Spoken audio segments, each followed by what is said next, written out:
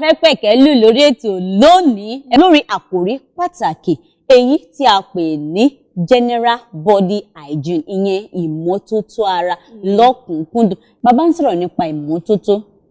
Ìyẹn túmọ̀ sí wípé à ń ṣe gbogbo nǹkan wa, à ń jẹ́ kó máa mọ́ láì ní ìdọ̀tí kankan. Bí ìmọ́tótó ti wà bẹ́ẹ̀ náà ni ọ̀bùn àti ẹ̀gbin ṣíọ̀ṣíọ̀ ló wà. Ọ̀bùn jẹ́ nǹkan tẹ́ pé a máa mọ̀ pé kíní yìí ó dọ̀tí, kíní yìí kò da àfilẹ̀ débi pé àwa máa tó bá ti ń yọ̀dí tó ti ń rùn tó yẹ pé àwọn èèyàn lè dúró nǹkan tó ń pè ní nǹkan ọ̀bùn. Irú yẹn lè wà lórí ẹlòmíì fún odidi oṣù mẹ́ta. Bó o bá súnmọ́ irú àwọn ẹni báyẹn òórùn. Obìnrin mi wà tó jẹ́ wípé ìwẹ̀ iṣẹ́ ni fún wọn lọ́tọ̀, wọn kì í fẹ́ wẹ̀.